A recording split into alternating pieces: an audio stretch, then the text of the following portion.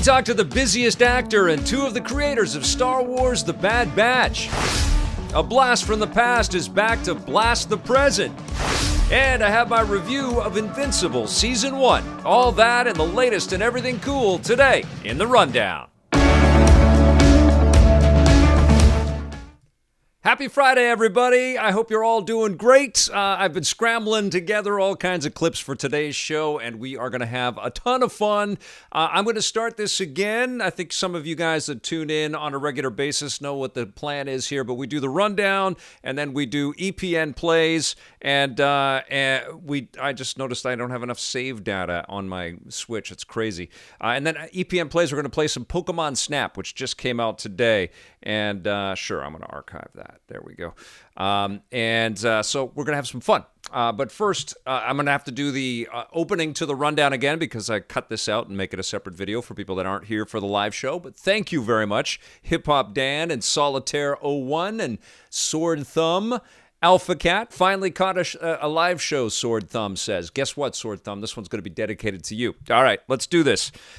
Hey, welcome to the Rundown. My name is Victor Lucas, and yes, I know my hair is getting to DEF CON stage floofy. I've got to get a haircut. I know that, and I will. We're going to have an awesome show for you today, and it is brought to you by our good friends at the Gaming Stadium. They are Canada's leader in online tournament facilitation. They've got things going on every weekend, and you're going to want to find out about them at tgs.gg. All right. Today's episode is dedicated to Sword Thumb, who does lurk around the Electric Playground and checks out some of the live stuff, but in archive format. Today, he's watching the Rundown live for the first time, which is great. So welcome, and that is something that's also a little hint for you out there. We do the Rundowns live occasionally, and they're a lot of fun with the best chat on the internet. But let's get started with Sword Thumb's Rundown.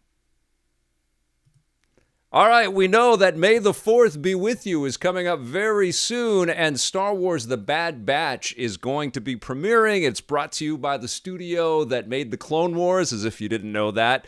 Dave Filoni, the revered and esteemed Dave Filoni, is overseeing the series, but he's got a lot of great help to make this show come true.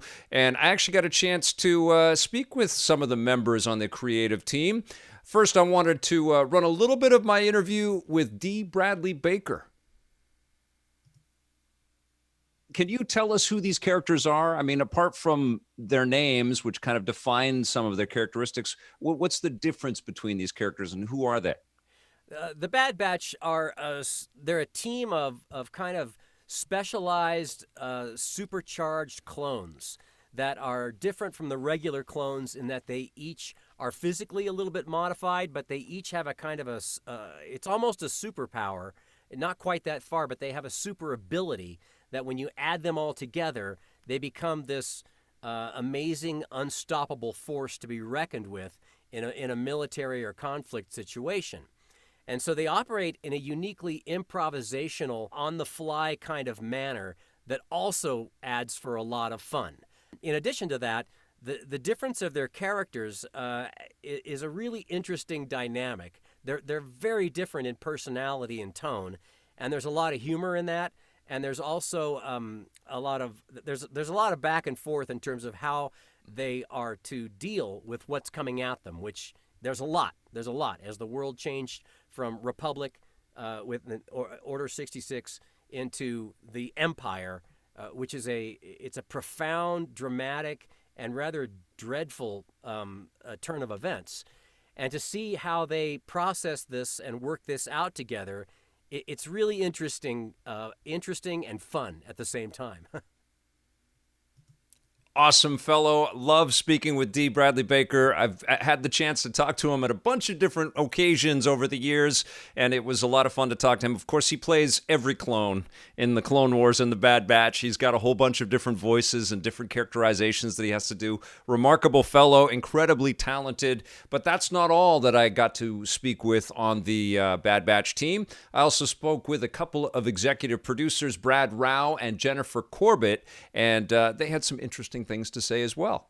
This actually seems like the most dangerous time period in what we have seen in Star Wars history, because you can feel it right out of the gate with Order 66 happening before their eyes. Nobody knows who to trust at all. It just feels like everybody is backstabbing and incredibly dangerous. Brad, this must be terrific fodder for you guys to craft some stories and to give us some different perspectives on all this. Absolutely. I mean, in this changing galaxy where the Empire is rising, but they're not at the full zenith of their power that we're familiar with in the original trilogy, there are gaps in power all across the galaxy. So who moves to start filling those gaps is really interesting. How our team deals with this changing universe and really just trying to survive is at the heart of our show. And yeah, the amount of stories we could tell out of that are almost infinite. It's really great. Is there a concerted effort on the part of the production team to kind of humanize the clones? I mean, we saw huge efforts with that with the Clone Wars series, but now it's almost like there's another slant to this. There are ostracized clones and clones that aren't good enough to be regular clones. Is that part of what we're going to get from watching The Bad Batch? Yeah, I mean, they start off as this unit that the regular clones, consider defective, and a lot of the clones don't even know they exist. So the Bad Batch is used to taking on missions and kind of being under the radar. But when the Empire takes over, obviously they run things a little differently, and the Bad Batch definitely does not fit in. Whereas the other clone troopers, because of their chips, question the Empire's rule less and less, and there's more of a division between our Bad Batch and then the regular clones. Doesn't the show look incredible? I've actually had the chance to check out the first episode of The Bad Batch, so I'll have some thoughts on the show, and I've got a little bit more of those interviews for you guys on Monday's episode of The Rundown, so make sure you come back for that. It's going to be a lot of fun to dig a little bit deeper into this new Star Wars show. It's crazy. I was just thinking today, and I'm going to talk a little bit about that in my Invincible review coming up a little bit later in this episode, but holy crap, are we spoiled with television. I've never lived through a period like this where you just go from one awesome piece of escapism to one awesome piece of escapism, and then scattered throughout all that are some pretty cool movies and then tons of video games. You kids today, you're so spoiled. You have no idea. I used to wait for my Starlog magazine to kind of see if there's anything new in the world of Star Wars coming, and we'd wait and wait and wait, and now we get these things every freaking month. It's amazing. Anyways, Bad Batch coming May the 4th. All right. Something that has come back from the past, which is really fun to see, is a new version of R-Type.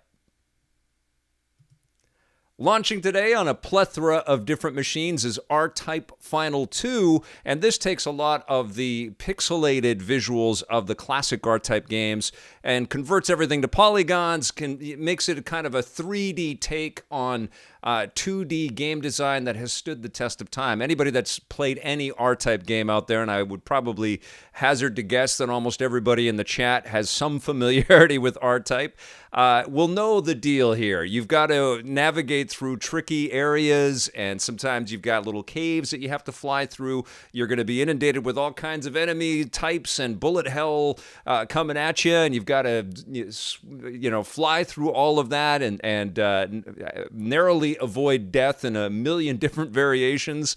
And you can upgrade, and you can make your ship more powerful and add little AI buddies and companions with you along your travels.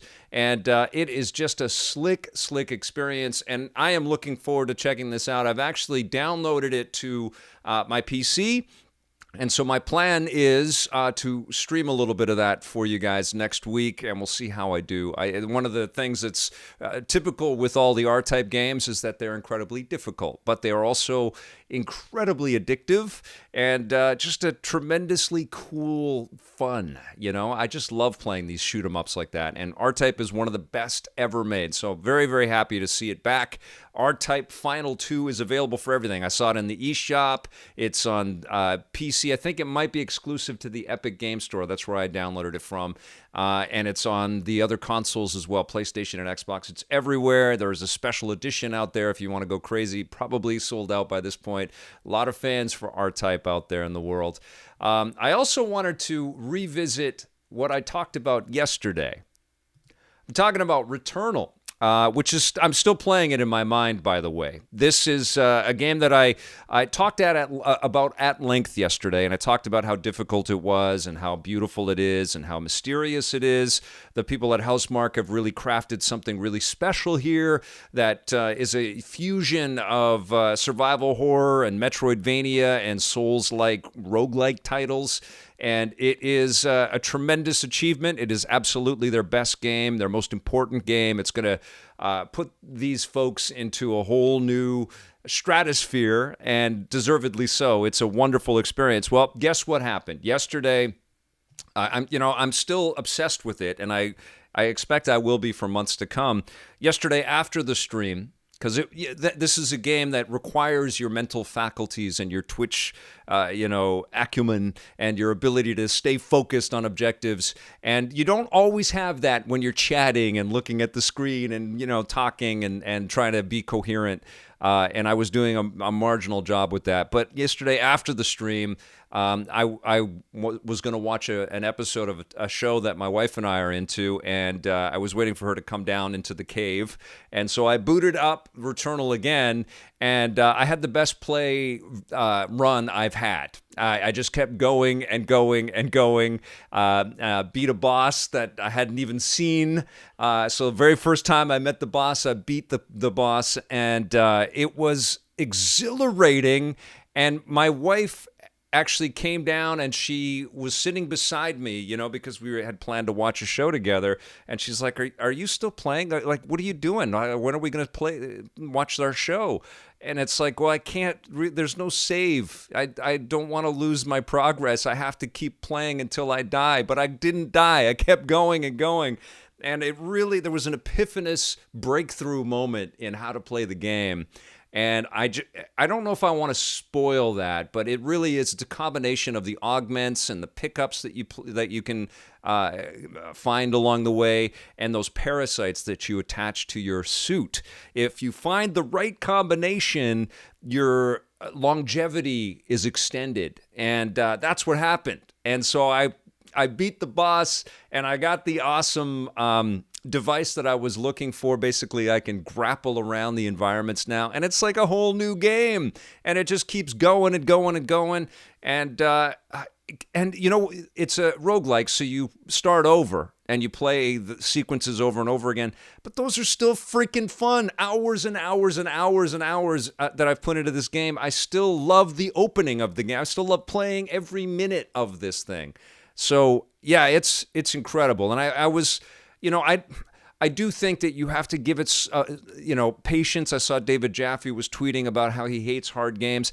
I think this is the roguelike. Well, it's the roguelike for me. I feel like it's empowered me now to not only just keep going with this game, but now I want to turn some of this patience that I've been able to discover within myself to keep going with Returnal, and point my attention at some of the other roguelikes that I just have thrown the towel on. Not because I don't like them, but it's just like, oh my God, I'm never going to get any further.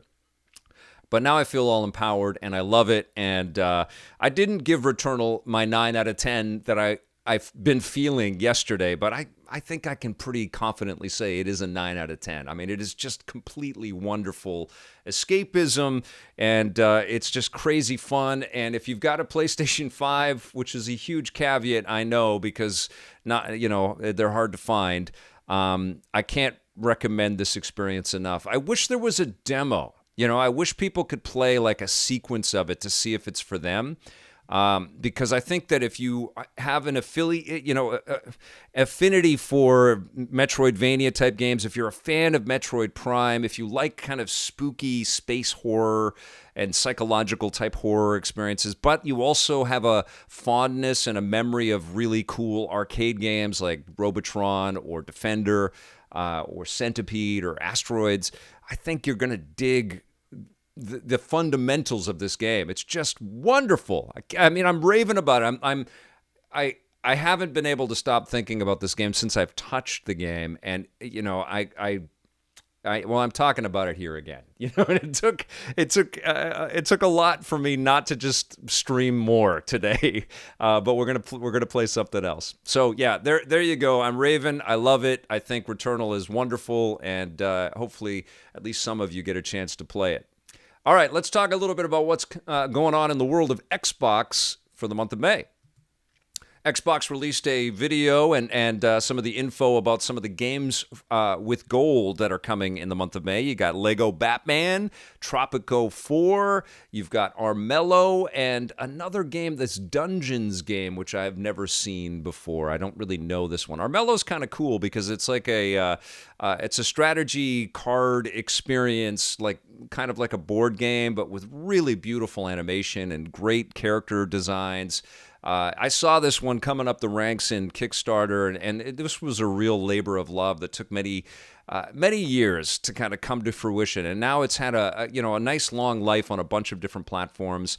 This Dungeons 3, I don't really know too much about this game, and I'm curious about it. It looks like you're sort of setting traps, and it looks kind of little League of Legends like. And a little dungeon master like, I guess. It looks like it could be a lot of fun. Don't know too much about that one. I do know a lot about this one. Lego Batman. We actually did the making of the Lego Batman video game and visited TT Games in Knutsford.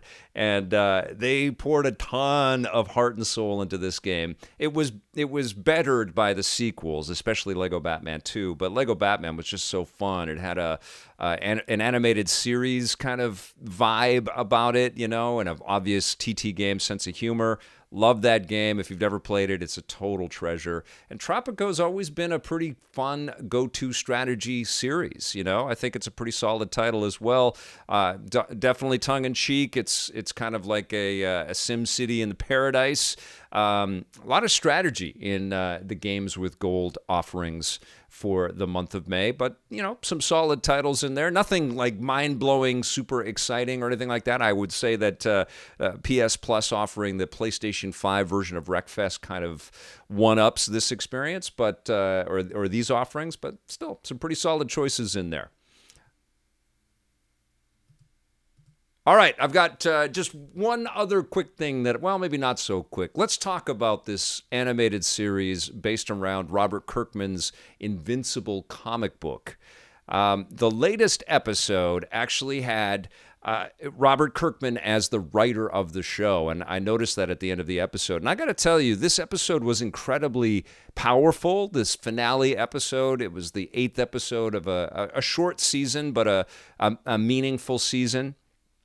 And I was truly blown away. I mean, this is some incredible animation and incredible animated work. Like, it totally stands with some of the best theatrical animated stuff that I have seen. This particular episode, it was so powerful. It was the culmination of, the story threads of Mark figuring out what his father, Nolan, Omni-Man, is all about. And it ends in this, all-out brawl, this battle that takes place across the world. Basically, Omni-Man and Invincible going toe-to-toe. And Omni-Man, the much more powerful and experienced world hero, just beats the snot out of his son. And it was shocking to see, and there was some, really poignant and beautiful flashback sequences, which were very evocative and powerful and effective. And we also saw unbelievable carnage and destruction and devastation. And one of the things that I recalled as I was watching the show, of course, was the battle between General Zod and Superman and Man of Steel, which was pretty incredible to witness on screen when that film came out. But this just completely squashed that. I mean, the devastation that two super beings just beating the crap out of each other the havoc that it would create on our Earth was really well illustrated. Buildings falling and toppling on people just rip limb from limb. and Omni-Man just showing an utter lack of disdain or a lack of interest or concern at all for humanity, and killing people willy-nilly, and his son, this hero in training, basically still just watching in abject horror as his father just terrorizes the whole planet while also kicking the crap out of him. And I found myself getting quite emotional. I was getting choked up. I mean, it was just so wonderfully put together and so wonderfully acted and illustrated. It was powerful. I mean, it was fantastic. And there was also a lot of cut sequences and a lot of moments where we got to see, the people around Mark Grayson, like his mother and Cecil, just watching in horror, just, an utter stupefied horror about what they were witnessing, people in just utter disbelief. And we get to understand that, Mark's father comes from a race of super beings and super powerful, aggressive beings that live a long time. And they don't care about puny little planets like Earth. They just want to rule the galaxy. And so we really dive into the lore, and we also see that Mark Grayson, Invincible, is maybe a little more human than his father is comfortable with. And,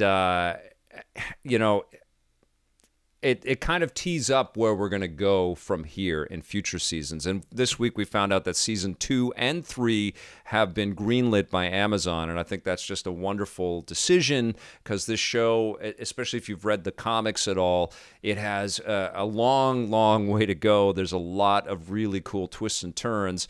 And, one thing that I'm also really impressed with, too, is all of the side characters and all the other heroes that are introduced, like Adam Eve and the Guardians of the Globe characters, Robot and Monster Girl.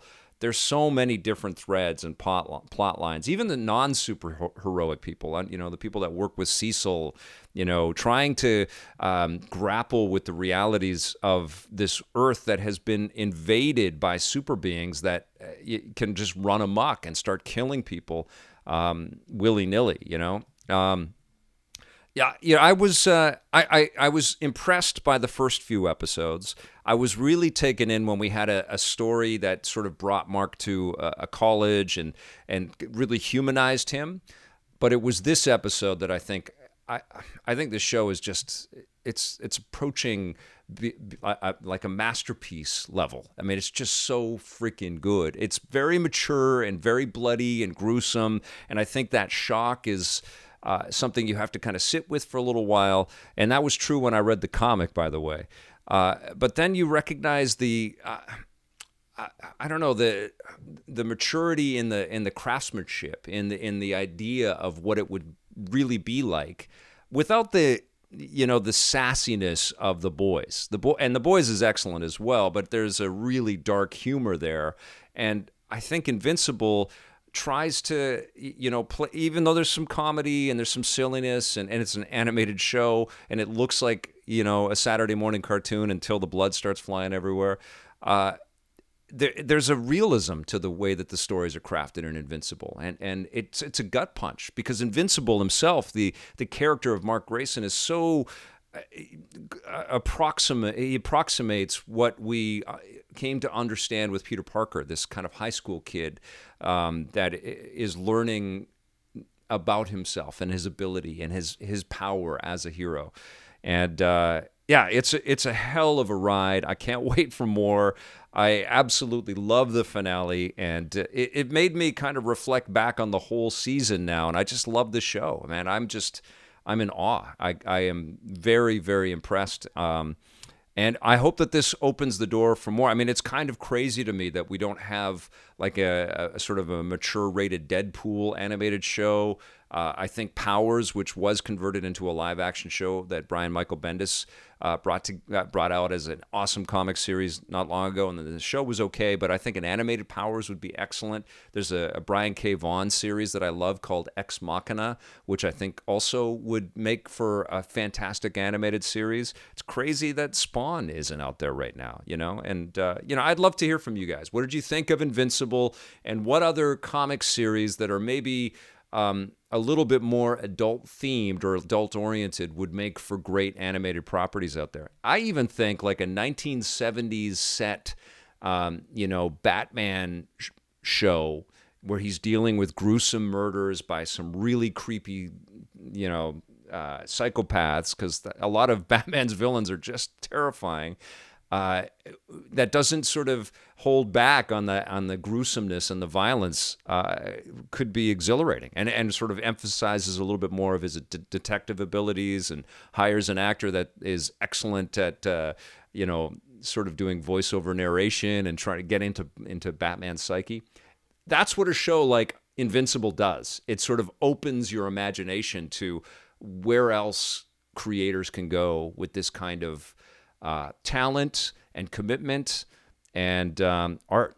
I mean, Invincible is amazing. I'm going to give it a 9.5 out of 10. All right, you guys, that is going to do it for the rundown today. Thank you so much for watching. I'll be back again on Monday with a fresh episode for you. In the meantime, make sure you check out all the other videos that we've got on the channel. And if you dig our stuff, please hit that subscribe button and that little bell to be notified. Thank you to all of our subscribers and our EPN members. We'll see you on Monday, and until then, play forever.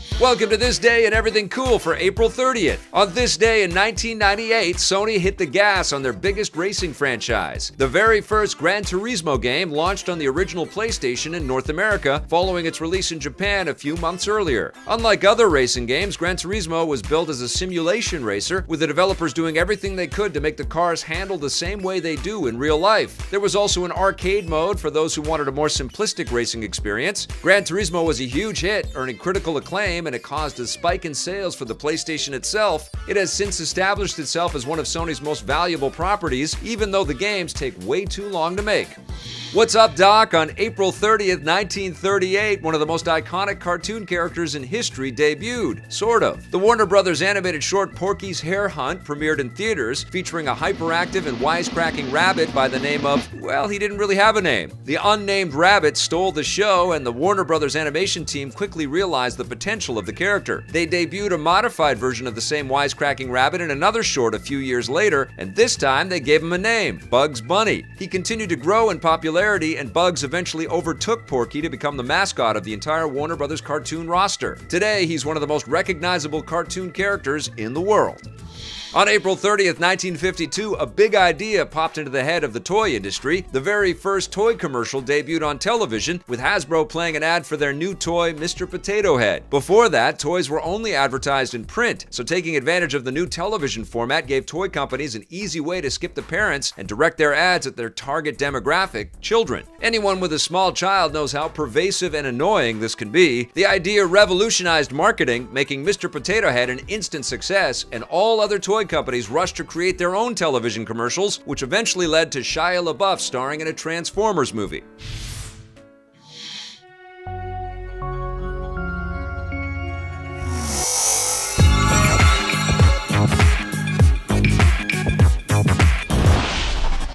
Hey, welcome to EPN Plays. Today we are going to be playing a little bit of Pokemon Snap. We are just going into the settings right here. I'm going to pop my headphones in so I can hear it. Thank you all for joining us today. I see Kashimoto in there. I see Nick Seabright. Sam I Am 111 was asking that, or saying that I hope you kept the footage. Were you talking about my Returnal footage? I did save some of that footage. Pathetic Earthling, need to update that Mr. Potato Head info. Yeah, I guess so, right, Pathetic Earthling? That's going to happen. I guess we'll give it a couple of years, and then we'll do This Day and Everything Cool again, and we'll find a whole bunch of new ones. But I love doing that piece, and I love revisiting that. I made all of those with my buddy Blake Siefkin, who I haven't worked with in about a year now because of this frickin' pandemic, but I sure miss him. Okay, I'm going to be, I miss my blonde hair, so I'm going to be this guy. All right, let's do it. And we're going to be Batwing. Let's do it. And we are ready to start. So you guys know the deal with this game, right? We are playing a game where you take pictures of Pokemon. I remember the original. Tommy and I were like, what? What? You take pictures of Pokemon on your Nintendo 64? What? So let's see. Let's see how this goes. Hip Hop Dan, Blake. Nodding 56, she was very patient. She knew I was having a moment. She could see it in my face. I'm talking about the my run on Returnal. Oh, game audio. Thank you, Ethan Jory. Very polite. Are you from Canada, Ethan Jory? It's not even in all caps or anything. You're amazing. Okay, here we go.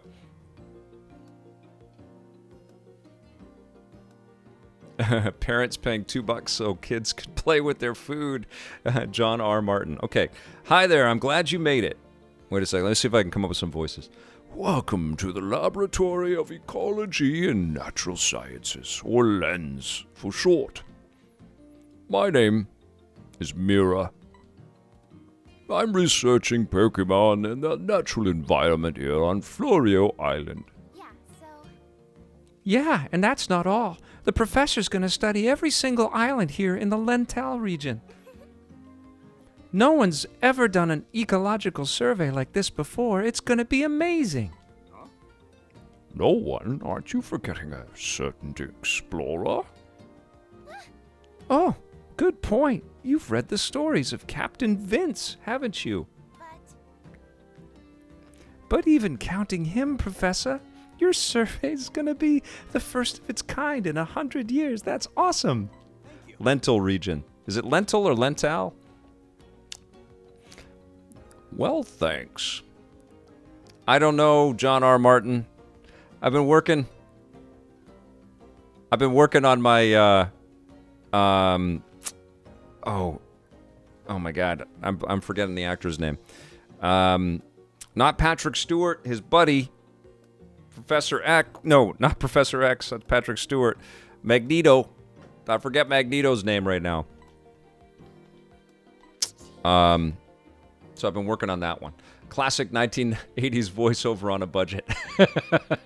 I was going to pass on the Pokemon game, but if Vic is doing voices, then I'm in. Popcorn. Ian McKellen. Thank you, Ethan Jory.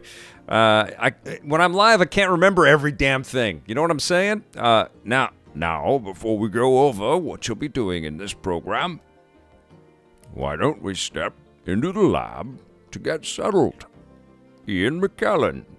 I'm Ian McKellen. Right you are, Professor. I'll lead the way. He's very young, this Dr. Mirror to be, or Professor Mirror to be Ian McKellen. Hi, I'm Ian McKellen. All right, allow me to explain. The lental, is it lental? I mean, it's not lentil region, lentil region, is it? It's lental region. Help me out, people. Is it lental or lentil? The lental region is absolutely teeming with Pokemon. Photographing those Pokemon helps us learn more about them and their ecosystem. Speaking of Lego Batman, Arthur announced he's left TT Games today. What a run. Oh my God, is that true, Blair? That sucks. Oh man. Gotta catch up with him. And that's exactly what you're here to do. All right. You might even get to see glowing Pokemon. They're really pretty. Now, without further ado, here's your research camera. Just sounds like lentil. Okay. You could definitely start a new career as an audiobook narrator. Love it. Oh, sort of. You know what? I'm gonna humble brag here. I have the audiobook for Ready Player One that Will Wheaton narrates, and my kid and I liked Ready Player 2. We read through that. We've seen the movie, and I found the paper book. I have the book. I think Warner Brothers or somebody sent the book with some kind of PR package about something. So I have the book, and even though we're familiar with the story, my daughter and I have started to read the book again, and I thought, hey, why don't we listen to the Will Wheaton narration? She said, no, I want you to read it, Dad. I like your voice better. It's like, okay, all right, I'll take that. Victor would be awesome if he could voice over a voiceover point and click game. Rampant Monkey. Oh, that'd be hilarious. Isn't it Will Wheaton? Did I say Will right? Will Wheaton, all right? Why you're not also doing voiceover in your studio, I can't imagine. Paul Adamson. I'd love to. I just don't. I don't spend a lot of time hustling for myself. Apart from the hustle to make stuff. But I do love voiceover stuff. I have done some narrations. I've had directors ask me to do some voiceover work and stuff. I love it. All right. Will I review the Nevers in the future? Maybe, Robert Tolan. Joss Whedon, it has turned out to be such a creep. I feel like, and I know that there's lots of other people that work on that show, but I don't know. It definitely feels weird to give a show any kind of love or attention or whatever when somebody behind the thing has just been a scumbag. I don't know. I don't know. I mean, I'm curious. I want to see it, and it sucks because I was such a huge fan of his work. But when all of his cast members, or so many of them, have come out against the dude, I'm not just talking about Ray Fisher. I'm talking about there's been a huge collection of people that have come forward with stories on him. It's hard to get excited to talk about something and disassociate that connection there. Alpha Cat, how do I choose which games to review? Oh boy, there's no scientific process. It's sort of gauging what I think, what I'm going to be interested in talking about, but also what I think you guys might be most curious about. So it's a little bit of that. I think it's important to separate the art from the artist. It is Sam I Am 111. It is, absolutely. It is. It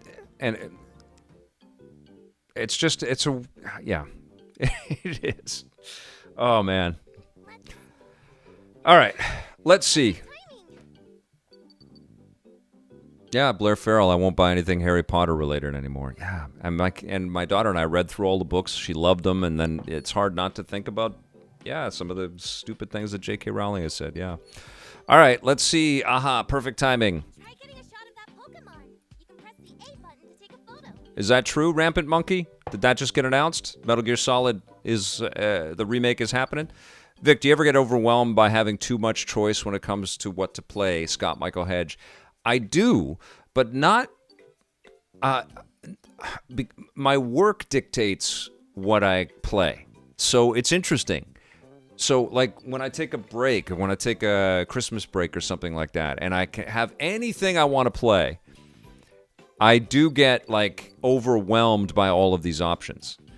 And I'm sure all of you do too. Everybody's got a backlog in this chat for sure. All right, okay, listen. It's real. The new voice actor isn't Kiefer. It's something else. Rampant Monkey is breaking huge news. What is this? Is it on the news sites, or is this all rumor stuff right now? And I know we're not playing Pokemon Snap yet. We got to do this. Where are you getting this, Rampant Monkey? Okay, here we go. Try getting a shot of that Pokemon. You can press A to take a photo. Okay. I gotta press the A button. Now, why don't you try moving the camera to line up your shot? Okay, let's do it. Okay, I'm invert, so I gotta try to. Oh, I can't yet. No. Point the camera up and down, and even spin all the way around left or right. Okay. Oh, we can hear her now. Did I sound just like her? Pretty much, right? Oh, look! Here comes Pikachu. Cool. That's pretty cute. Did you see that shape appear around Pikachu just now? Whatever that shape is around is the subject of your... It'll be important when the professor's evaluating your photos. All right, so that's the gameplay. You take the pictures and then you take them back to the professor.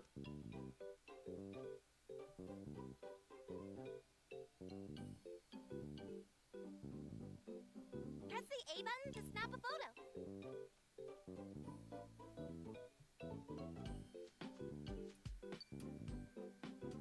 Gyroscope controls would be great for this thing. Okay.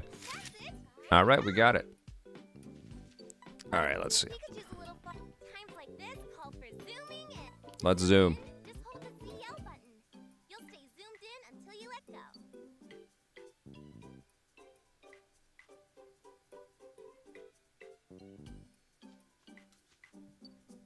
All right, here we go. Snapping a photo of Pikachu looking There we go. great. You want your subject's whole body smack dab in the middle of the frame. Looks like you've already gotten the hang of using your camera. Oh, great. You can adjust your camera. You can also adjust them from the pause. Hey, Professor. I gotta say, new Pokemon Snap seems like the perfect idea for an augmented reality smartphone. Don't you think? We all take pictures on our smartphones. I'm just thinking of this now, but wouldn't it be amazing to, look around inside the real world and you see all the Pokemon cruising around and you take pictures and you could share them over social media? I think they could have sold that for $50 on an iPhone or an Android device. It probably would have been huge on that.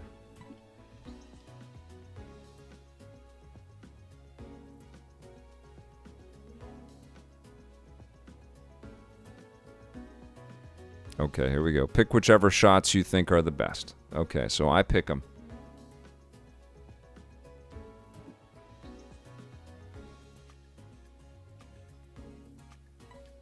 All right.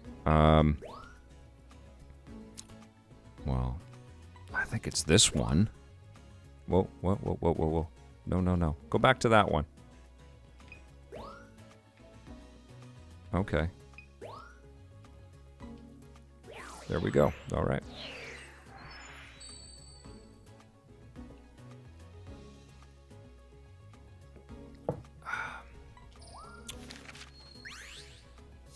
This is a big change from Returnal, guys. Talk about two very diverse games coming out on the same day. Simple enough, right? Okay, to be clear, by the way, the camera keeps logs of what was happening when you took each photo. That data helps me categorize your photos. Example, Last of Us 2. Hey, Blair Farrell, I don't know if you're an Apple dude, but they have this that kind of thing on any app or phone or whatever. YouTube's got a whole bunch of vids. We have been, my wife and I, because obviously, like we've been pretty much locked up at home. We do get out into the woods and stuff and go for family walks and stuff, but we have taken up Apple Fitness Plus over the last couple of months, and it's really good. They've done a really good job with it. And we've been pretty consistent. It's pretty cool. But, of course, you need all the peripheral stuff, the watch and all the other things to tie up. But there is some pretty cool exercise vids on YouTube. And it sucks to exercise at home in front of a screen. But in this kind of crazy world right now, it's not a bad way to do it. Pokemon Snap is so underrated from Rampant Monkey. Savage Engine is wondering who farted. And Tyler Fisher is here. Hey, you folks. All right.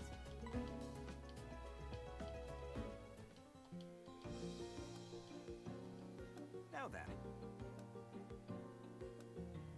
Imagine if Pokemon Snap ended up being more difficult than Returnal. Ethan Jory. Hilarious. Okay, so this is the pod we get to drive around in. By the way, Here's the thing.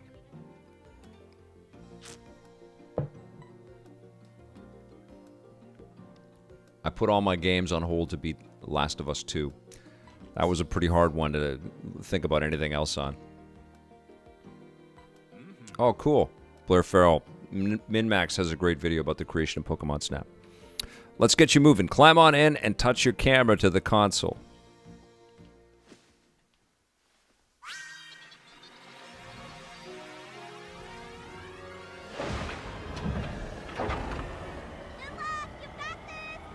The MGS remake is rumor until it's confirmed by Sony, Konami, etc. It's a rumor. Any other sources, clickbait.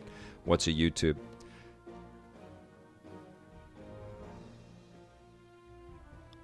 All right, here we go. Ready the guns, Scott Michael Hedge. Oh man, are you Tom? Are you Tommy Tallarico with a pseudonym, Scott Michael Hedge? That sounds like a total Tommy comment. Okay, so here we go. Oh, this is cool.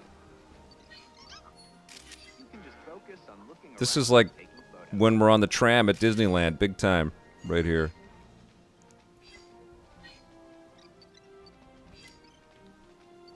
I wonder if they're working on a smartphone version of this.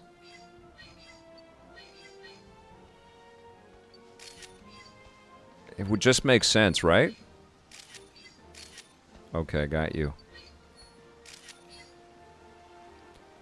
I think in the original you ran out of shots. Like you had a set amount of pictures that you could take, if I'm not mistaken. So I've gotten that one before. This is really cool. They've done a really nice job on the environmental elements here. I mean, it's on the rails, but they've done it just looks great. It's totally popping off the screen.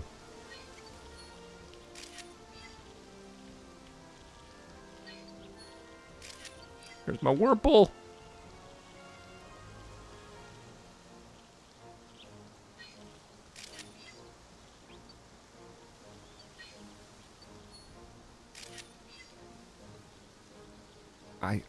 I think oh, it looks like I only get a set amount of shots in this one here too, which doesn't really make sense in our world anymore.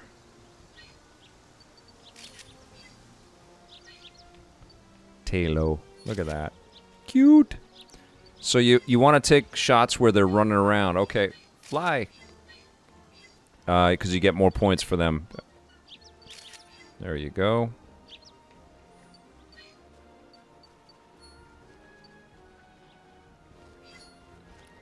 You don't want them just standing around. You want them to do stuff. And you can look right up in the air, which is pretty cool. All right.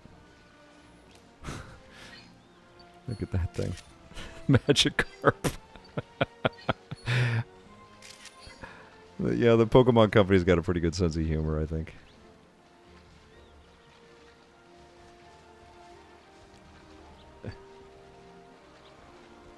Pathetic Earthling, this is the game. You take photos of your Pokemon, and then you go back and you get them rated, and then that unlocks new areas for you to go and check things out. And I mean, you can go in lots of different areas. It's not just around the same path. Let's see what we open up when we go back. Gosh, cute. And we're gonna see tons of different creatures as well. It's relaxing, that's right, Rampant Monkey. It's like a virtual theme park attraction, which is, you know, kind of fitting that we can't really safely go to them right now. It's kind of like Animal Crossing in that way. It's like getting outside, but you're inside. What are these things? Look at that. I don't think I've ever seen those in a Pokemon game before.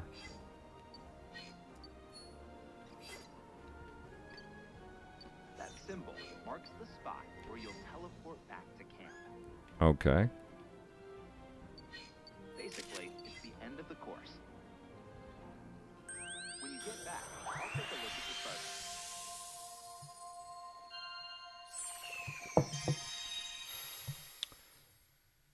24-hour stream, Kashimoto? You want me to just keep rocking on this? We just go.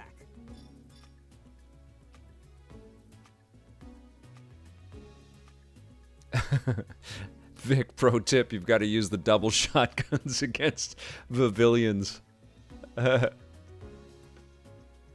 it easy, Robert Tolan. All right, here we go. The vehicle is going at some small world speeds. Absolutely, Sam, I am 111.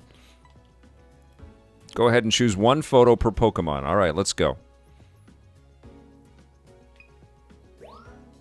I didn't even see this one.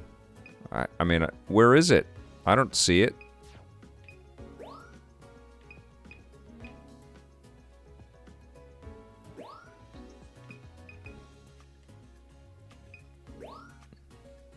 Oh, these are terrible. Man. This one's alright, but he's just hanging out. The Comfy, I took one of those. Yeah, that's a shot right there. That's action. The Bidoof.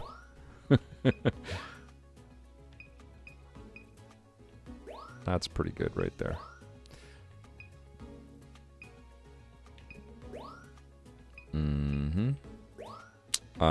This is terrible. Like, you can't even see the creature there. All right, let's see. Let's show him. But I've already taken shots. Oh, that's a good one. All right, let's see. All right.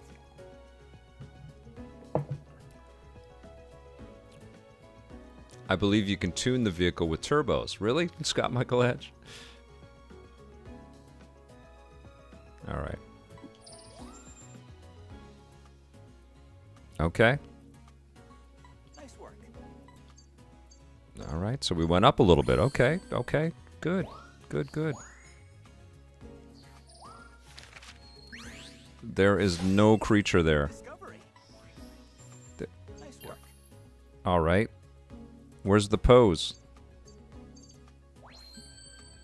What? I mean, it's just a bunch of grass. How did I get points for that?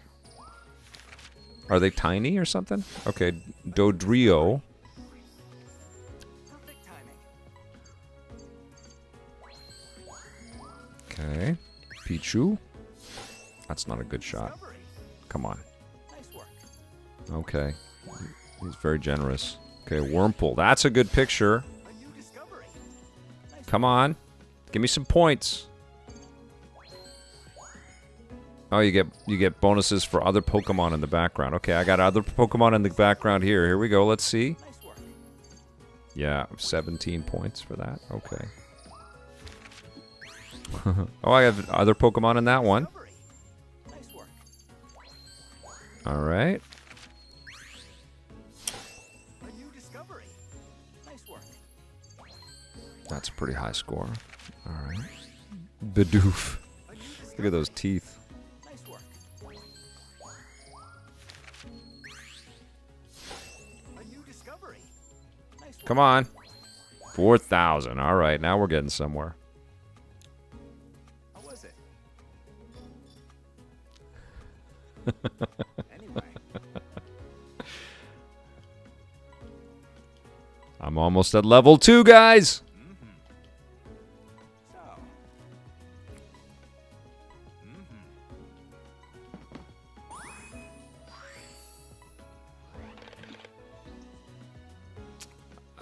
Do I have to?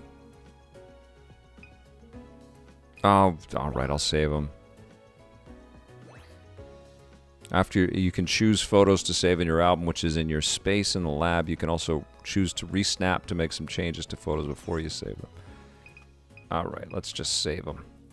Can I save them all? Oh. Let's just go.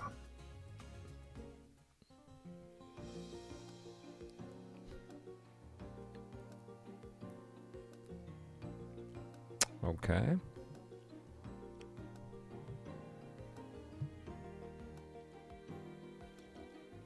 Now then. This covers just about everything. Not yet, but after a little more practice. By the way, don't forget you can come back to the lab and take a look at your photo decks anytime. Thou shalt not pass! Well, don't let me keep you any longer. Go have a good time and snap some photos. No Mew yet, Sword Thumb. We're rocking here. We're going. We're going. Let's go do some more research. Are you headed out on another expedition already? Darn tootin'. I can run a scan. That'll give you details about your surroundings. Tells you about nearby Pokemon and points out anything unusual. So. Yeah. Yep. Yep.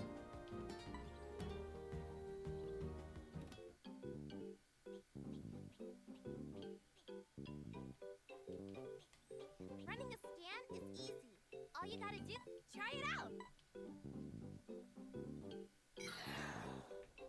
You saw that Pokemon's name pop up, right? Mm-hmm. Did you also? That tells you there's something you can first move the. Did you see the Okay. pointer change shape? That's your cue to press it. Give it a try. There. Now you should see the result. Come to think of it. What a difference to go from Returnal to Pokemon Snap and to have everything over-explained in this game, because of course it's an all-ages experience, and nothing is explained in Returnal. It's just like, just figure it out. You're on your own. Good luck. Right, I almost forgot. There's one more cool. Some Pokemon, if it gets there, the professor calls it. Anyway, that ought to cover everything. If I could be a Pokemon for a day, what would I be? I like Pikachu. I know that's a safe answer, but I mean, he's the mascot. He's the cute one. I like Pikachu. I always did. He's got cool abilities.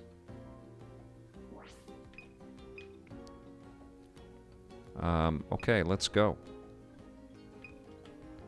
I guess I'm supposed to go to the lab. All right, let's go. Here. Sam, I am 111. I mean, I'm not a obsessive fan of the Pokemon franchise. I have played tons of the games. I think, I recognized when we were playing them on the probably the DS, First. the compulsion, the addiction, and I found myself hooked by the completionist kind of attitude that the games kind of personified, and they're very accessible, and so I got it. I understood it. But yeah, when they first came out, I mean, it felt like very engineered to get kids to be hooked on all of these cutesy little characters, and I don't know, it didn't click with me when it first came out. I could see the genius in the gotta catch 'em all marketing of it all, but I don't know, the games didn't really speak to me. But as time went on, I kept trying them, and then I finally sort of clicked in. I liked the Sun and the Moon games. There were some GBA games that I dug too. And I really enjoyed playing, we have Pokemon Shield here, and also Let's Go Pokemon. I actually think that was an underrated Pokemon game. But Shield was great. And my kid and I, my daughter's finished it a couple of times. And I'm still on the last chunk of the DLC on Pokemon Shield, but I really enjoyed that. That was really good. All right.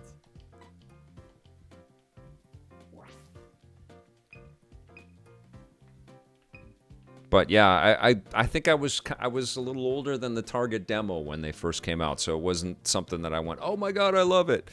So it took me a little while. Same kind of thing with Smash as well. When it first came out, I've said this before, but I reviewed Dead or Alive in the same episode as Smash Brothers, and they were just so incongruous. It was a pretty hard-boiled fighting game, and then there were mascots punching each other, and it's just like, what is Nintendo doing here?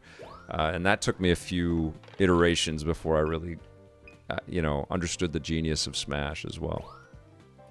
And that's what's cool about games too, right? And why backwards compatibility and having access to classic stuff is important. It's sometimes it has to be the right time when you go to a game. I mean, that just happened with oh god, what's the name of that game? I just had it. What the heck was it? Oh, I've got a million games in here.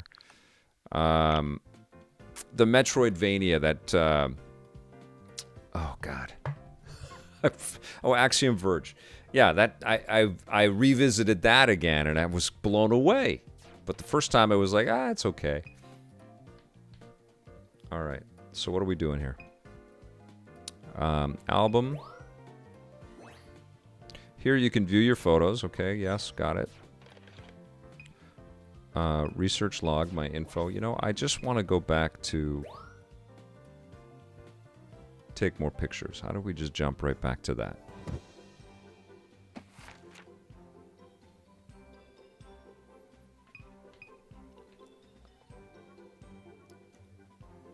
Pathetic Earthling, same for me. Also with Teenage Mutant Ninja Turtles. Yeah, I mean, I'm kind of discovering Turtles now. You know, well, the last couple of years since I've really dug into the side-scrolling superhero stuff, and just loved the Turtles games that I've played so far.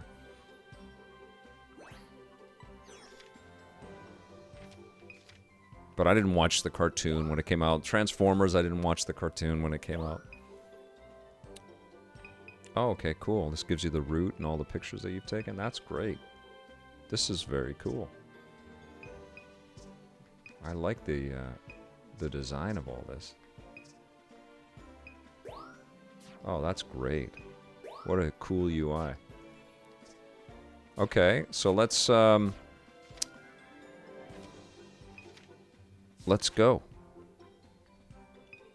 Okay, I get it. Let's go do another one. Scott Michael Hedge. I mean, I love, you know, in almost every one of our live chats, people bring up some classic stuff that they're playing and how valuable those games still are. Okay, research camp, internet, no. MySpace, no, we don't need the photo decks. Let's go back to the research camp. And let's go on some research. We're back in the car. Okay, so this is the only area that we've unlocked so far, and we've only got the day, so we have to get some more points. Here we go.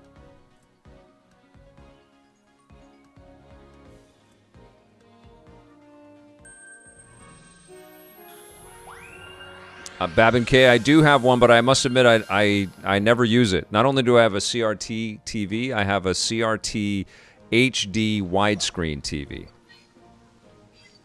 which is pretty cool. But I never use it.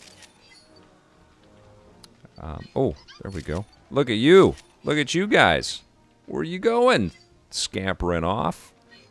Are those mushrooms Pokemon? Oh, there's the bull. Look at that. Look at those bouffalons. I said that with a little bit of a French accent. Bouffalon. All right. Here we go. Look at you guys. Oh, yeah. Little party right over here. Little Poke party. Okay. What's going on over this way? Let's see. It's so cool, man. I wish I could speed. Oh, I can. Okay. There we go. Oh, so if you use both thumbsticks, it's faster.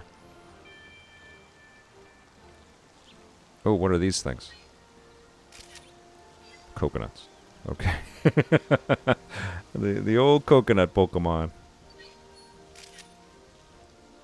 Bidoof. Oh, what's that? Where are you going? Oh, I missed it.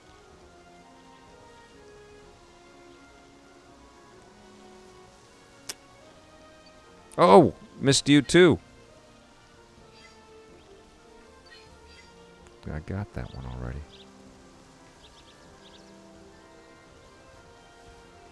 Like, you really don't have time to line up. Okay.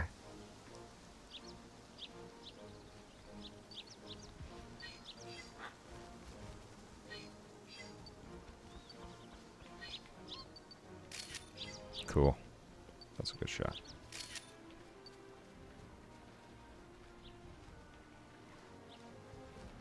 Yeah, the act of taking the photos is fun. There we go. Pichu!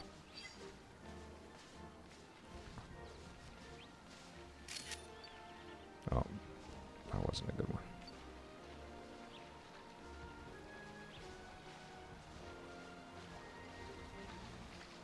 Okay, guys, come on, where are you? Come on, you little scamps. Look this way. What's happening over here? Okay.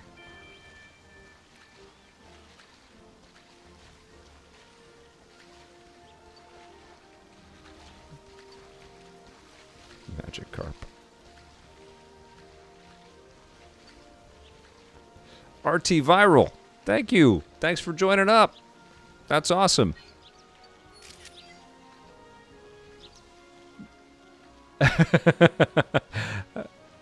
Ruby will be playing it this weekend, Matt. She's excited that we have this in the house. Absolutely. She potentially could have been on this stream, but she's got somewhere else to be right now. Look at this. Little comfy party right there. I agree, Nodding 56. I mean, it's nice to have the variety and the different choices, and I mean, we all know there are massive mega fans for the Pokemon space and the Pokemon world, and they're gonna enjoy digging into every nook and cranny in this title. 777 right there, backing up my comment. RT Viral, have you been watching the streams for a while? I don't recognize the name, so welcome if you're new. But thank you so much for becoming a member. You're amazing. There's not another route you can take? Not yet, Scott Michael Hedge. The secret to unlocking the routes is... Oh, these are good shots. Look at this. Look at this. I'm ready for my my magazine portfolio. Oops, I picked the... Okay. And... Flogras. There you go. Look at that. All right. Big money, big money, big money. Oh, do I keep... Okay. Oh, these are the new photos. Gotcha. Oh. Can I back that up? Oh, I can change them. Okay. So let's see. Oh, so they're running there. That's going to be much better. All right. Let's see my Dodrio. Okay, that's the one that I... Oh, that's the one that I have.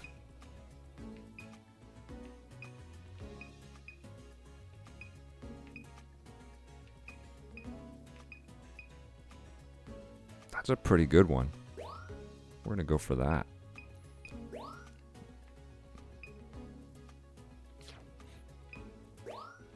The Swanna.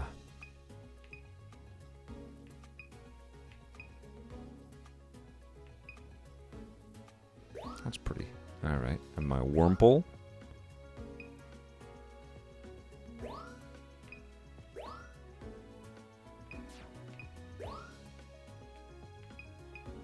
There we go.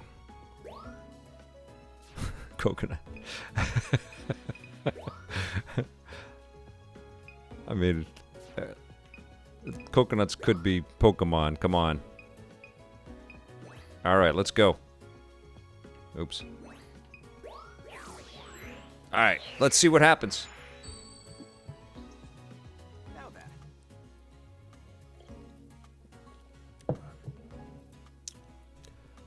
Mr. Mass Produce, I streamed Returnal yesterday. I raved some more about it today in the rundown. That game is amazing. Nice work. This is very different from Returnal, but I'm liking it. It's very chill. Nice work.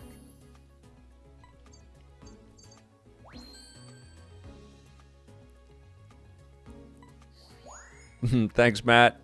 See you later, buddy.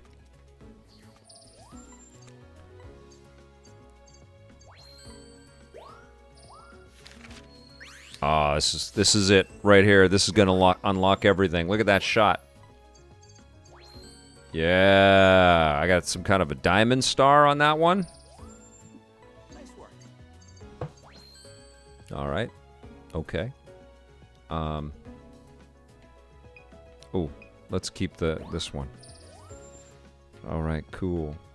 Nice work. Okay, keep my other one. I like that you don't have to automatically get rid of the one that you have. Okay, keep my other one. All right. Nice work. Nope. Okay.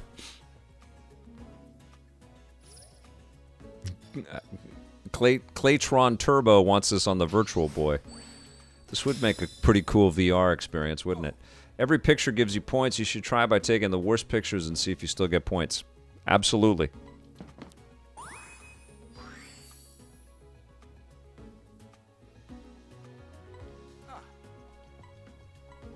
I might stream some more straight off the PlayStation and just chat with you guys while I'm playing.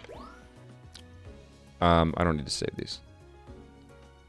Can I just save them all? Is there a way to save them all?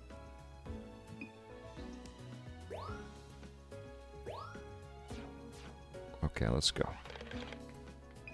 Return to camp.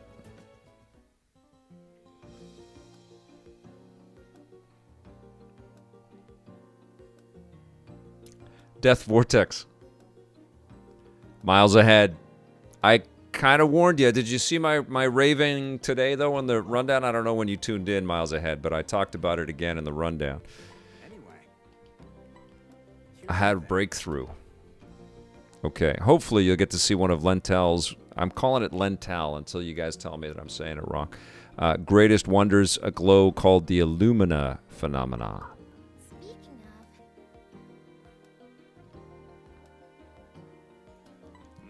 Speaking of, Claytron Turbo, that's right. It's I guess it is Friday night. It's only 4 o'clock out here on the West Coast. I thought they were made up. No. All right, so now we get to see the glowy ones. what? All right now. Gore the Movie God loading up on games. That's fantastic. This is the great decompressor after you've played a little of Returnal. And the aggro button or the aggro meter starts going up, and then you go, oh, wait a second. I can chill out and go take pictures of Pokemon. Let's go. We're going to do a night shoot. Let's do it. Might be 777. Die for Death Clock. Yeah, you had to be, I think, a specific kind of fan or age that the first Pokemon Snap game really kind of spoke to.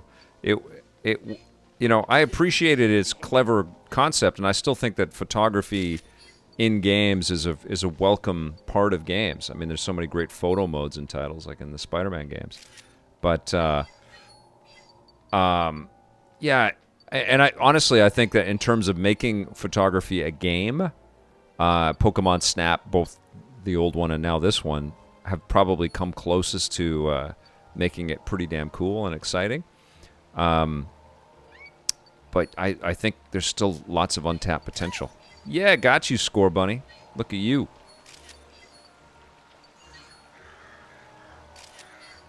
I just talked with CNN about this game and photography in video games, actually. It should be airing this weekend on the network and the website and on a bunch of affiliates.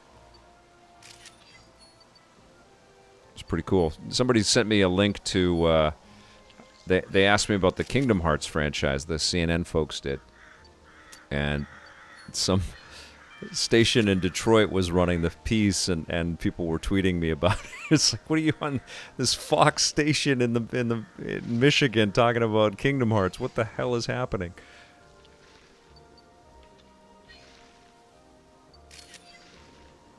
Because all the Kingdom Hearts games just launched on the Epic Game Store. First time on PC, I believe. Some of them have been, but this is the first time all of them have been out there.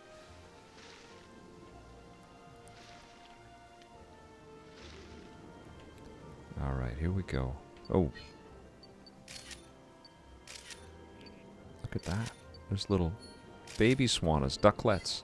Okay, cool, cute. And there's something over here. Oh, my goodness, a Torterra. Do you guys all know the names of all of these creatures without the tags coming up? I must have some diehard poke catchers on the stream right here. Poke fiends, poke fanatics. What do we call like the super fans of Pokemon?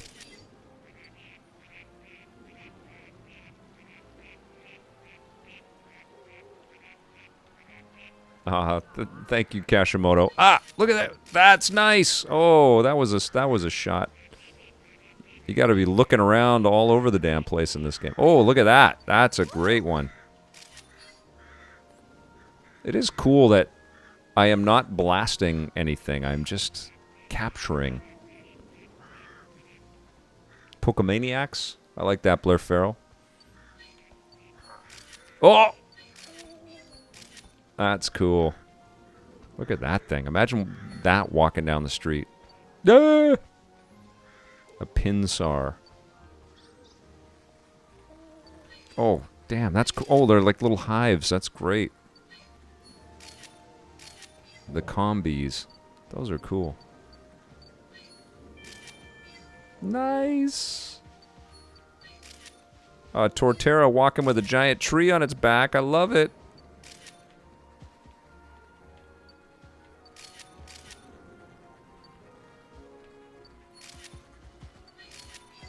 Is Crystal Bloom a... It's not a Pokemon, right? It's not alive. It's just it's part of the environment. Hey, do you copy? We just picked up a huge energy reading near you. Where is it? Really tried to make sense of the data. Let's ask him about it when you get back. Oh, it's probably one of the Mega Pokemon. Vic's Basement is a great podcast. Oh, thank you so much, D9000.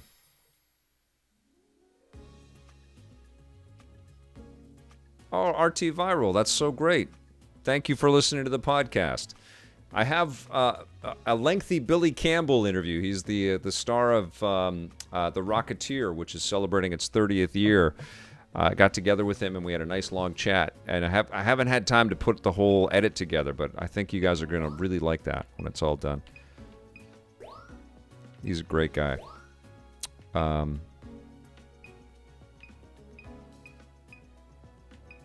And I'll be posting the entirety of my convos with the folks on the Star Wars Bad Batch show next week.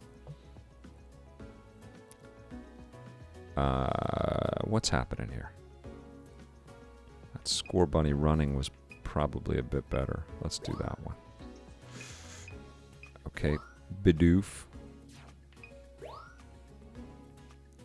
Wow, I have no idea what I'm looking at there. Caterpie?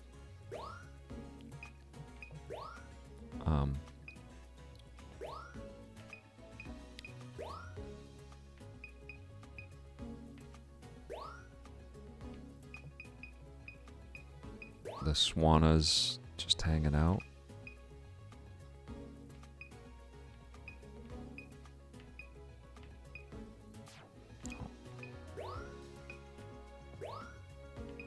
The ducklets. That's cute. Look at those two. Torterras. I took a bunch of these ones here.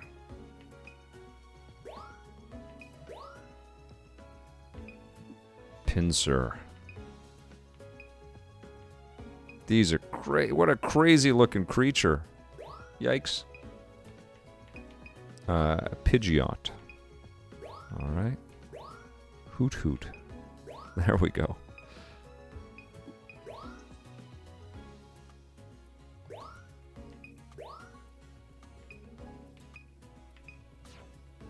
All right, let's see.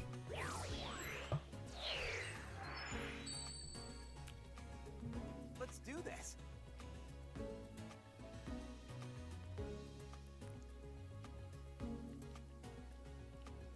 Kashimoto lurked for a long time. Yeah, if anybody's lurking right now, jump in. Chat with these incredible people. I hear often, and it's always incredibly gratifying that people enjoy the, the thoughtful commentary and discussion that happens around Electric Playground. I'm incredibly grateful that I have people that support our programming like you. It's very kind. You're all very kind, and it's very cool. There's always a great deal of respect, man, and empathy, and I don't know, like an appreciation for what we're all celebrating here. D9000. Too busy lurking to chat. Emergency poncho, I love it. Welcome to anybody that's brand new to the channel. It's great to have you here. Cheers. Happy Friday. Thank you for supporting EPN. I started watching Judgment Day when I was about 10, and I'm not jumping ship anytime soon. That's fantastic. Best stream and chat on YouTube. Thank you, Scott Michael Hedge. I agree. Oh, Nodding 56. I don't know why you would stream and not connect with the people that are there watching. Like, what's the point of that? Nice work.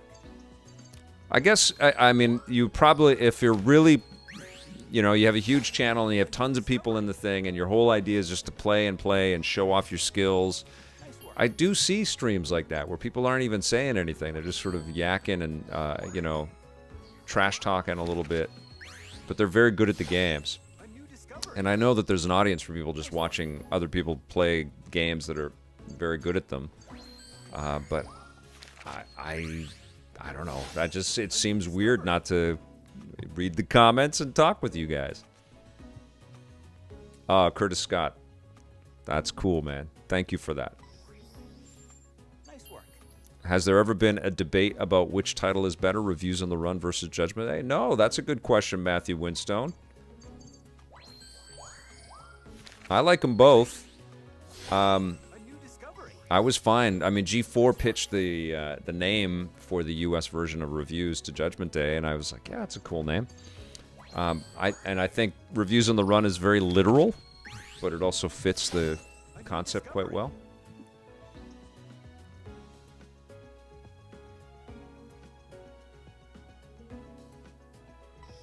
D9000. When I was working with Blake, we used to do that, and it was very helpful.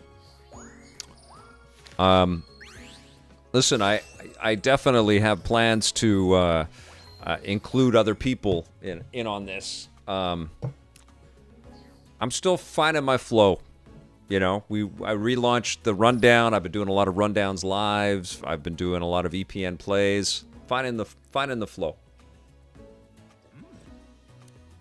But it's been a long time since I've had people like Mike Williams and Sam Miskovich on the channel, or Jose. And so I feel like it's time for me to kind of reach out to. I've been thinking about that for sure. I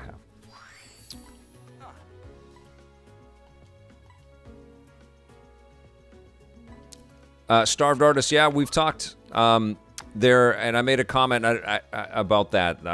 People have been asking me since they announced that they were returning, if we're going to be working together, asking about G4.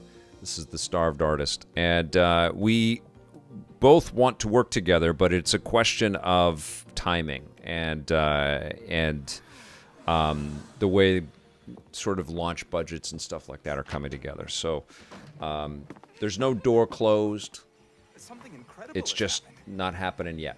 Here, take a look at this.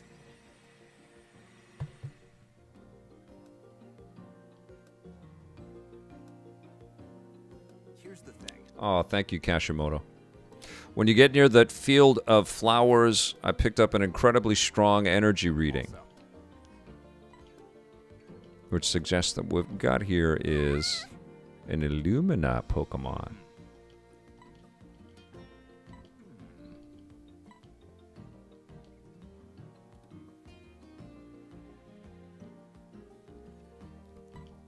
What?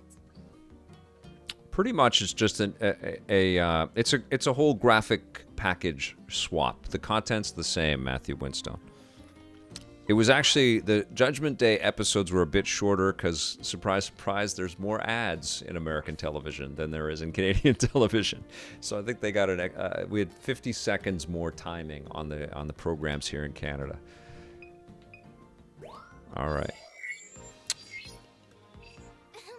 So let's go back. We're going to go Illumina spot. So we opened up a new area here. Claytron Turbo. Cheeky. Whatever happened to Stephen Raju? Well, Raju is still kicking ass at the Toronto Star, which is where he and I connected. And Steve still writes for the Toronto Sun, but he also does a lot of consulting work in the video game space and writing for different entities out there. So they're both super busy. Late Night with Victor Lucas, anyone? EP After Dark. Is it? I guess it is getting dark out there, isn't it? Oh, because we're at late night as well in the game. Ah! Imagine seeing that. The glowing, huge, smiling dinosaur. Oh my god. but it's okay. We're all friends here. Of the Illumina Pokemon. Quick, get its picture. It's beautiful. They did a great job with all that. Okay. Now, I'm wondering if all of these games are being made now in 4K for the inevitable upconversion that will happen with a new Switch, and what that will mean. I mean, I cannot wait to see comparison video and footage of games like this and Breath of the Wild and Mario Kart, all sort of up-resed to shinier resolutions. Maybe there'll be full-on texture swaps and all kinds of stuff. I mean, it's going to get nuts, man. Like, we are going to see Nintendo level up when they're ready to launch this sort of next revolution or resolution kind of turn of the dial. All right, look at that. Get some nice profile shots of you. There we go. I got a million pictures of this creature. Oh, there we go. Having a Crystal Bloom moment. Work it. Work it. Oh, you're beautiful. You're beautiful. Over here, babe. Work it. Oh, yeah. You run for that tree. Run for it. Sorry.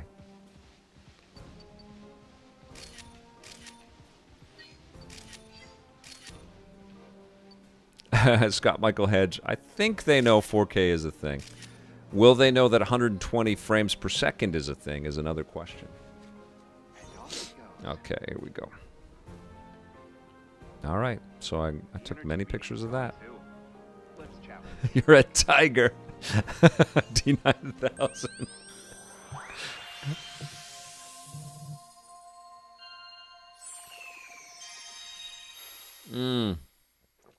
Claytron Turbo, I feel your pain. You know, every time I'm talking about some awesome experience I've got on an Xbox Series X or a PlayStation 5, I'm very cognizant of the fact that these things are internally difficult for people to get out there right now, and it sucks, man. Yeah, I wish people could easily pick one of these things up. The scarcity thing has got to end. I don't know which. Oh, I have more. I think like running for the tree was pretty good. That's pretty good. Let's see what that one's like.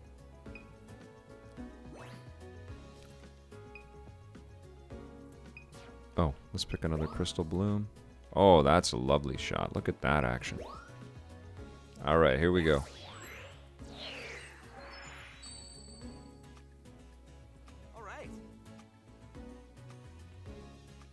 Daniel Pacheco, you won't be disappointed on having, even if there's an upgraded Switch, you basically have got one that you can take anywhere with you now, and then if you have an upgraded one, which will likely be more expensive, you're not going to want to take that out, I think. I think that's going to be the big surprise for the new Switch, is that people are like, I don't want to drop this. This is very expensive. I'm going to leave this at home, but I have this other Switch that I can take out with me. All right, here we go. But there's so many excellent games on the Switch. I play the Switch a ton, and I've got all the machines, you guys know. But I still play the Switch a ton for fun. There's lots of excellent games on this. Kashimoto, yeah. I was talking about the Switch now, like, whether people should hesitate or pick one up. And I kind of feel like the Switch Lite is really well positioned right now, because we know some kind of upgrade is coming, and it's really going to replace I think the home connected one. But the portable Switch, I think, has some real legs, right? The portable only Switch, not only is it a little less expensive, but you'll be able to use that with all the Switch cartridges and whatever you download as your new portable system, you know, and it's fantastic.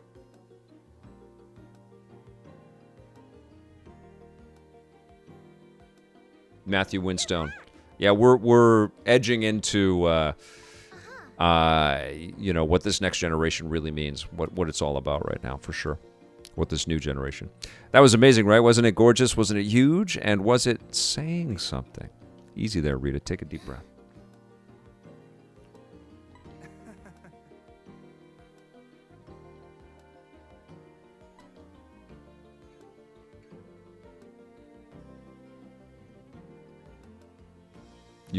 Serpent 6 admits to licking the Switch cartridges. I've never done that. I never did it. Ratchet Rift does look fantastic. Scott Michael Hedge. Yes, agreed. Chill, Rita. Nick Seabright. So the story goes, yes. Right? Claytron Turbo. There you go. I mean, Nintendo's still got to kind of drop the hammer on, what their back half of the year is going to look like. They've had some really strong years with the Switch already. They could really shock us. Yeah, I gotta lick the... No, I'm not going to do it. I'm not going to lick the thing. Good morning. Did you manage to get some sleep? No. Now, as Rita already told you, I've been preparing to launch an ecological survey, and no sooner had you arrived than we suddenly found an Illumina Pokemon. Oh, it sure is, Scott Michael Hedge. My favorite game of all time. But fascinating things are bound to happen if you come with us. Really? Well, maybe. All right. So where are we going? Right?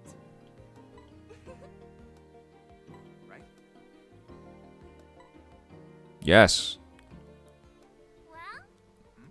If you say no, does the game over screen come up in the credits? Bye. Excellent.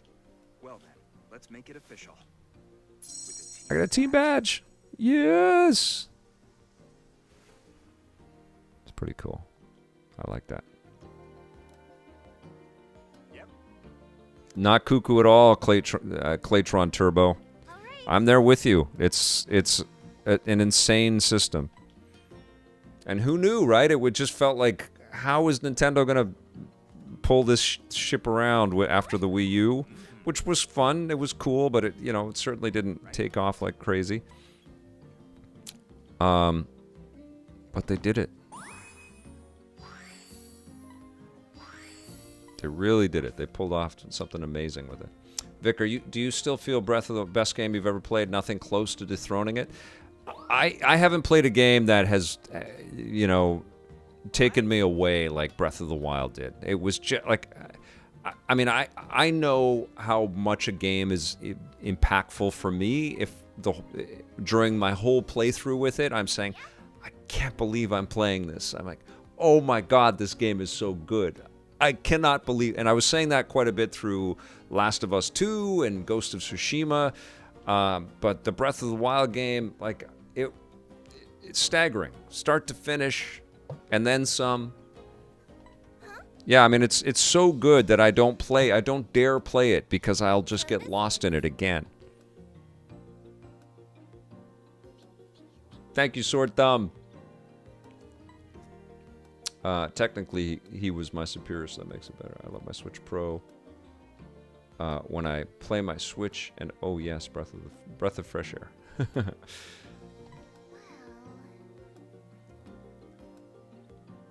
All right, they may look like, but they're way lighter and softer. You can probably make a Pokemon's day if you toss it to one of those. So they make a point of telling you that they're not too heavy and you're not hurting the Pokemon. Smart, because you don't want to encourage kids to throw apples at animals. Tutorials are based on default. Okay, you can throw a fluff fruit by pressing B. Give it a try. Okay. Can I aim? No, I'm just throwing some. Okay, there you go. There's a fluff fruit. There! See? I came to get a bite. Who doesn't love a little snack? You can move the pointer. It's the same. You know what's great, Death Vortex? You can play A Link to the Past on your Switch. That's great. Just move the left stick and give it another try. All right.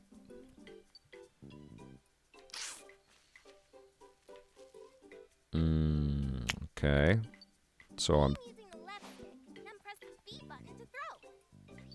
Take a few more practice throws. Can I hit it?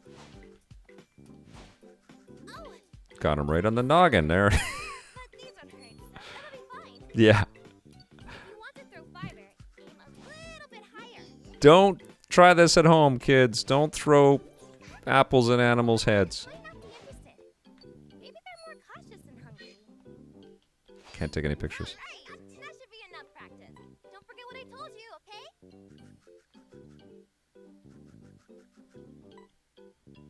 All right, here we go.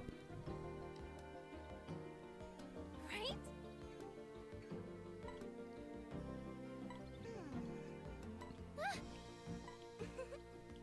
You should try testing out fluff fruit and taking some more photos in the meantime. Hello. He just... That was an interesting way. He just zapped into the screen. Hello, I'm right here. I was just standing off stage, but I'm right here. How are you? Did somebody call my name? All right. I've got one more thing to tell you about for now. I thought it would be handy to have a quick way to share what we see and learn in the field. You too familiar with Lentalk? Rings a bell. It's a communication tool folks here use and Lentel use. Rita, let's say you notice something exciting in the field. You can send a photo and a description over Lentalk. I could use it to send things. That sounds super fun. By the way, Oh, Lenhart Stevens has been waiting for this for 22 years. That's great. All right, here we go. Something new open up? Nope, not yet.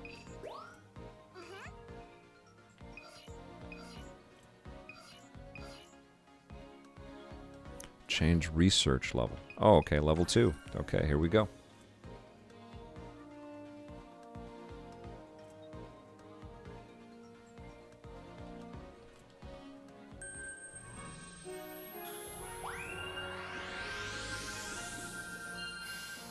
All of these animations are beautiful. Like, they've done a really nice job. Okay. So we're at level 2. Look at this. That is one pack frame. There's like 20 different creatures in this thing.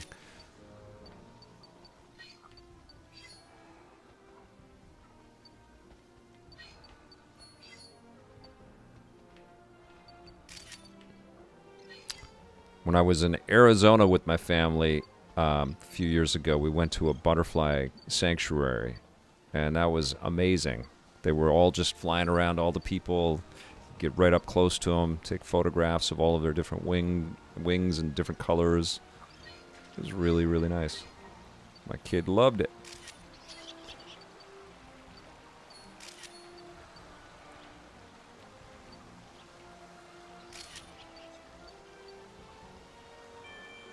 Oh, right, I'm supposed to throw fluff fruit. There you go, Wurple. That fluff fruit's as big as you.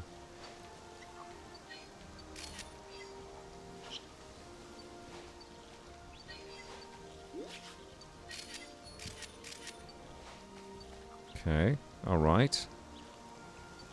Can I knock this guy off the thing? I can, okay. That's not nice.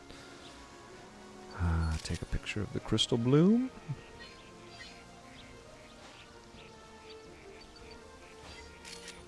Whoa!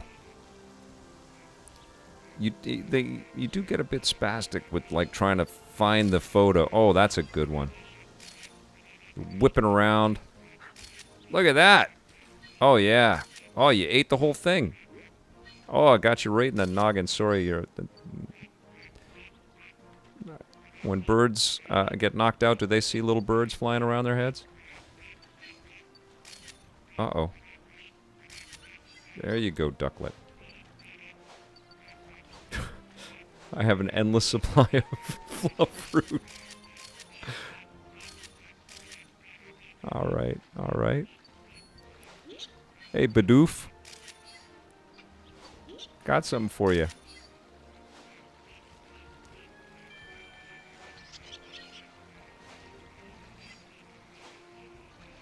Oh! Bonk. Oh my goodness, look at this guy. Uh-oh. Yeah, he's not happy about that. It's kind of abusive, you're just throwing apples at somebody. Magic Carp. There you go! Look at you jumping. Okay. Sorry, these little creatures, these wurmples, they probably don't even eat fluff fruit, do you? Do you eat fluff fruit? I guess everybody does. All the pokies do. There you go. Gotcha. What's over here? Anything?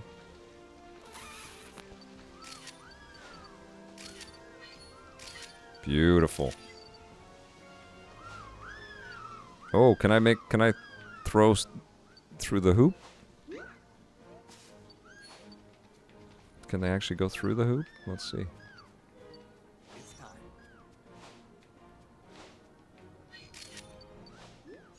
Oh.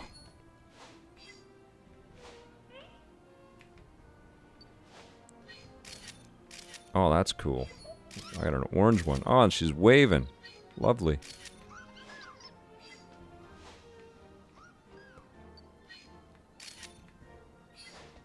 Oh. Some great designs in this. Serpents. It's a little weird just throwing apples at creatures. It's a little weird.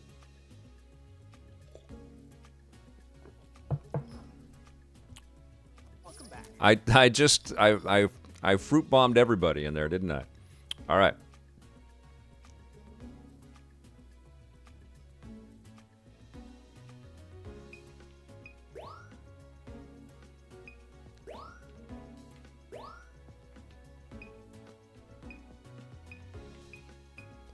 I gotta go back to Bug Snacks. I didn't finish the game. I didn't get far into the game. I enjoyed what I played. You guys are talking about Bug Snacks. Blair Farrell says Bug Snacks. That's something that came and went pretty fast. I think what was cool about it was that it was free on the PlayStation 5. And so a lot of people checked it out. Okay.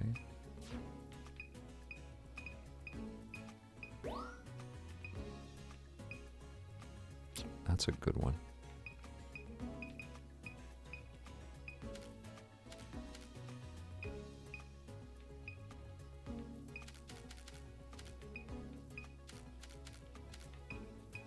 I like that one.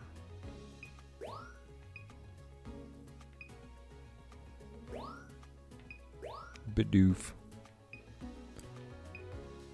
Bidoof's always turning his butt over towards me. All right, we'll try that one, see what happens. Oh, I got a good one here. Bonk. There you go. That's a picture.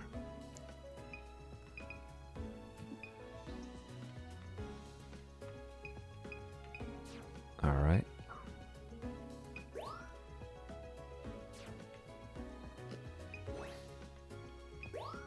Let's go. Let's do this.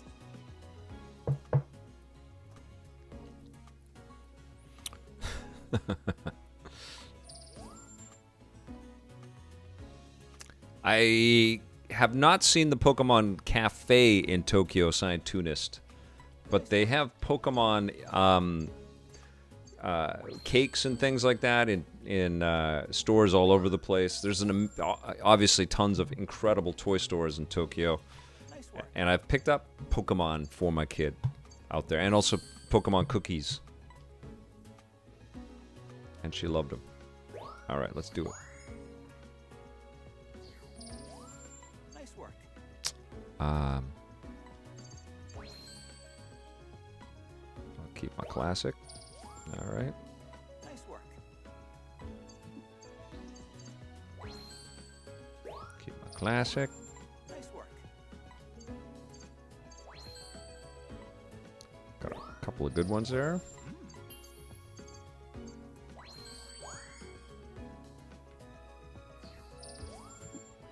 Perfect timing.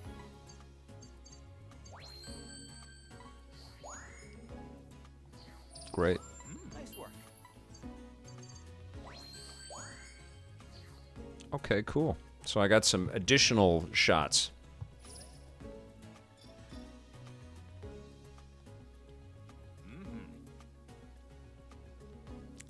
Japan is amazing. It's an incredible country. You guys definitely need to get there. Let's see.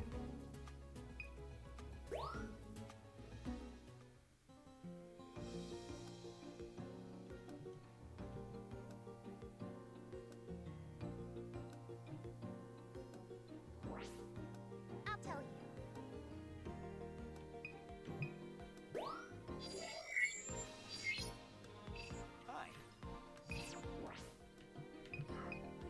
Let's go back to the lab here.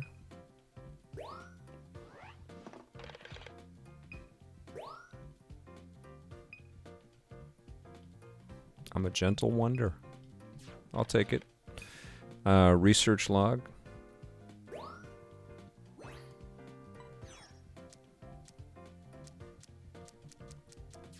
All right.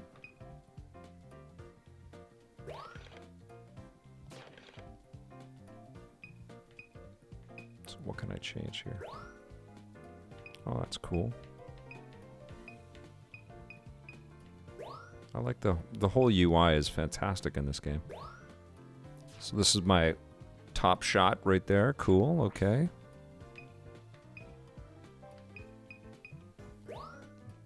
Instead of the Pokedex, you have the Photodex.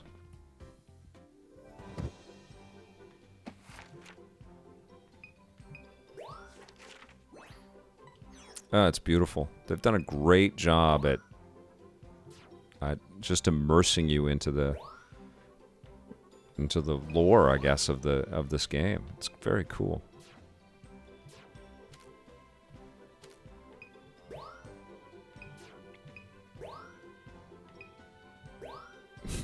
That's it.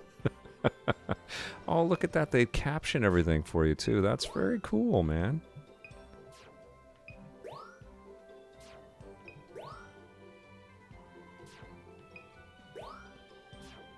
Wow. Okay.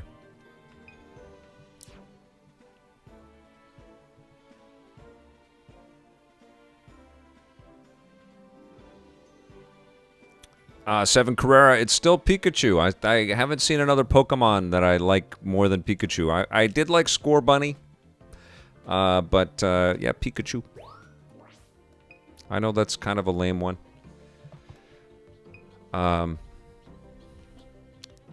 But he's so cute. Okay, what does the Y button do? Oh, so these are some requests. Okay. So what am I doing here? Shockingly well done. Have you seen Pokemon? Which Pokemon is scorching these fruits? I'd like you to try to catch the culprit in the act, if you wouldn't mind. Okay, so if you do these tests, what the heck is that? What's happening? Oh, you can augment your photographs, I guess. Oh, that's cool. All right, so let's see if I can do that. Let's go to my photos. Right? Let's see what we can do.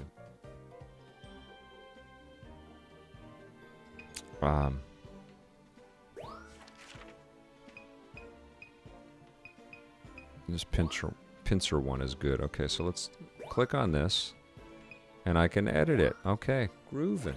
Okay, so we've got filters.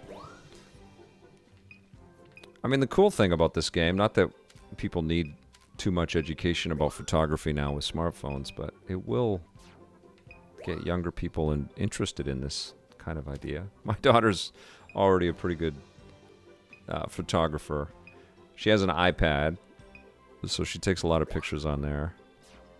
But I gave her one of my old digital cameras, and she's filled it up with little videos, and it's very cute, man. Oh my God, when kids start taking photos, love it. We have 1 million pictures of our cat.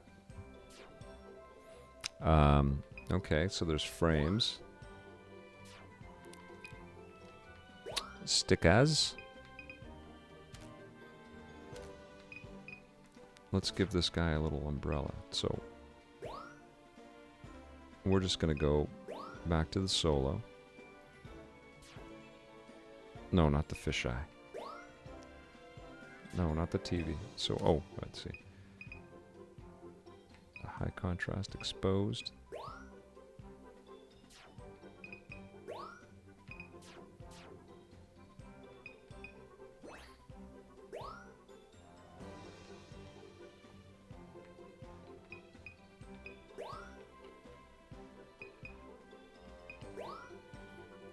Give him a little umbrella.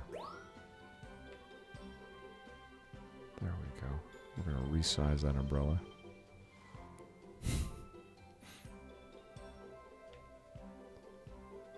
Can I rotate it? I can. Okay.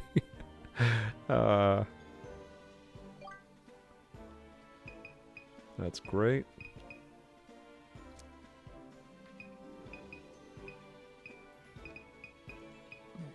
I'm gonna give him some sunglasses. And what else you got?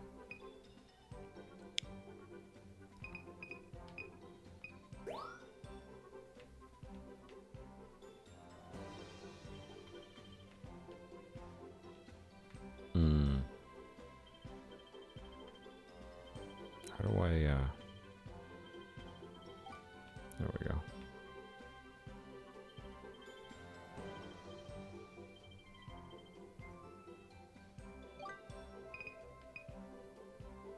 Okay.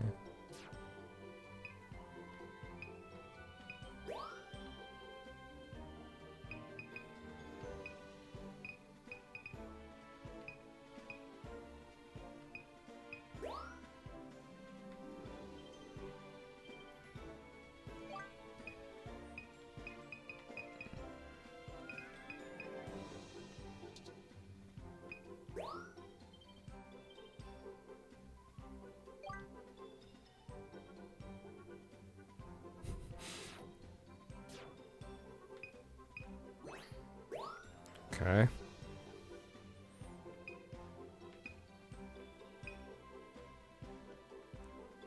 Did I not save it? Did I screw up there? Oh, I pressed the wrong damn button. Okay, well you got the idea. I'm not gonna do all that editing again. Okay, let's go on one more photo run. We'll go at night and see what we get.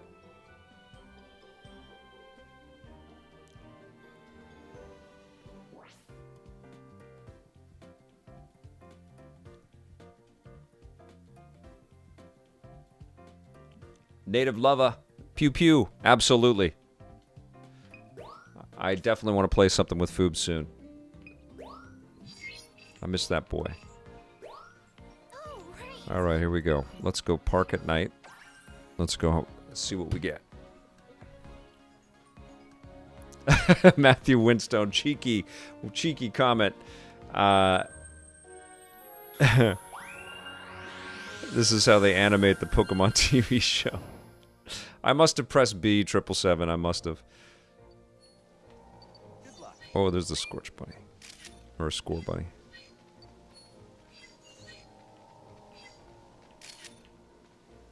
Score Bunny's pretty cool. I'm a big fan of penguins. My daughter loves bunnies and kitty cats for sure. But yeah, I'm a sucker for penguins, and I like rabbits.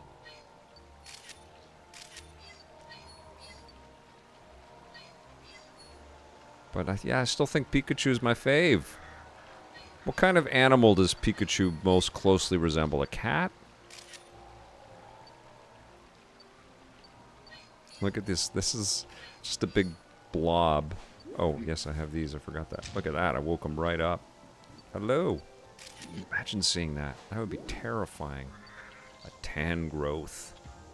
What the frack? You'd be so terrified you see something like that.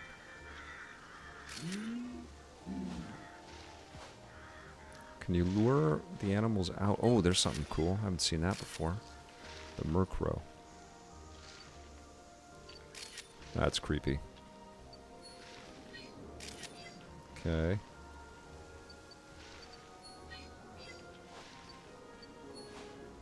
Does that wake him up? Doesn't even move.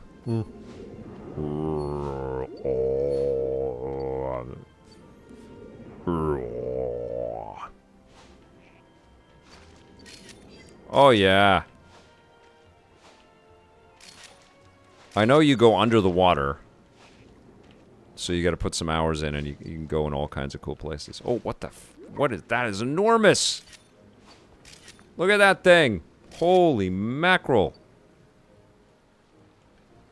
That's one thing I do appreciate about this game, is that they have some pretty interesting scale that you can see on display, which is pretty great. Okay. It sure feels like we're on a ride at Disneyland, doesn't it? Nothing wrong with that. Hello. Hello! I like owls. Owls are cool. Sorry. Hey, Rupak, thank you so much. That's very kind. Hey, Pincer. Look, you're turning away from me. Come back to me. Okay. They have like the mind of their own, these little creatures. Woohoo! And so I took a photo of me abusing the hoot hoot.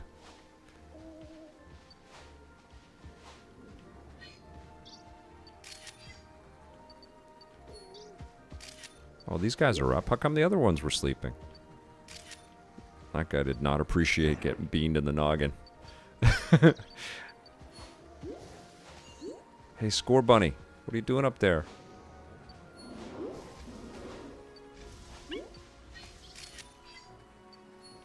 That's pretty cute. He's just hanging out.